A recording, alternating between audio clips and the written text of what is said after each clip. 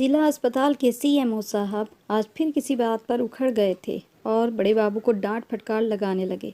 वैसे तो ये सीएमओ साहब का रोज़ का काम था, ज़रा ज़रा सी बात पर आपे से बाहर हो जाते, फिर ये भी न देखते कि सामने वाले को क्या क्या बोले जा रहे हैं।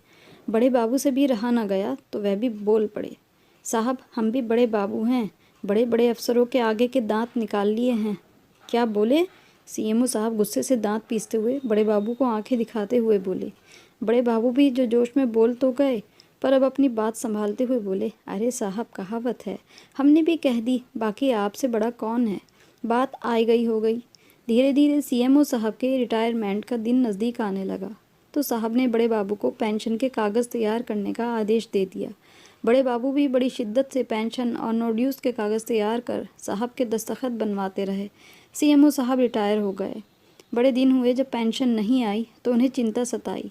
तब वह ट्रेजरी ऑफिस पता लगाने के लिए चले गए।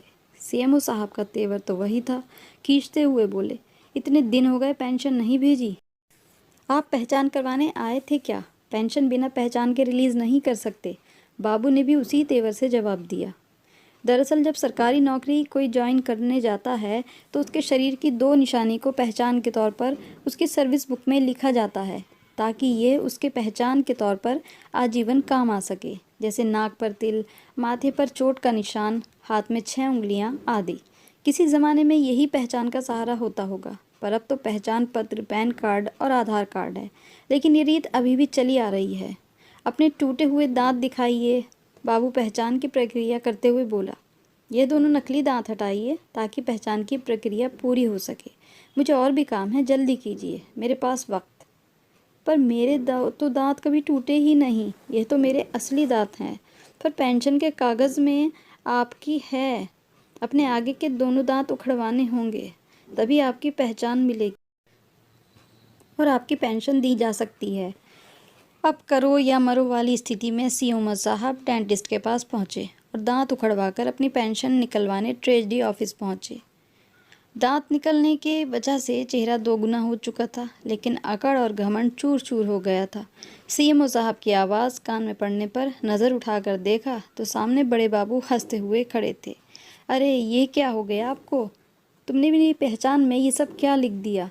चेहरा सूजा होने के बावजूद भी गुस्से से तमतमाते हुए सीएमओ साहब उलझे शब्दों में बोले, अरे साहब हमने तो आपसे कहा ही था, अच्छे अच्छे अफसरों के आगे के दांत गायब किए हैं। ऐसे ही थोड़ी कहा था, वक्त वक्त की बात है।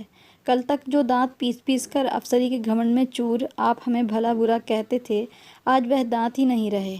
बड़े बाबू चिढ़ाने वाली मुस्कुराहट से बोलते हुए ट्रेजरी ऑफिस के बाहर निकल गए।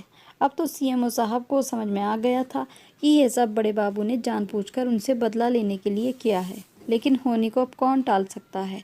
जो होना था वो तो हो गया। पेंशन के चक्कर में दांत भी उखड़ गए और जीवन भर किए गए उद्दंड व्यवहार की वजह से एक नई पहचान अलग से मिल गई। तो मोरल ऑफ द स्टोरी ये है कि आप भले ही कितने बड़े पद पर हों, आपकी पेंशन का कागज़ बाबू ही बनाएगा। इसलिए अपने साथ काम करने वाले किसी भी कर्मचारी के साथ ऐसा अभद्र व्यवहार मत करिए कि आखिरी समय में आपके भी दांत उखड़ जाएं।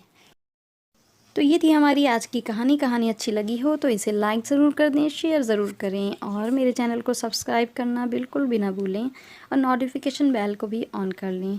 और ऐसे ही अच्छी अच्छी कहानियों के साथ पेश होंगे और तब तक के लिए इजाज़त दीजिए। Thanks for watching.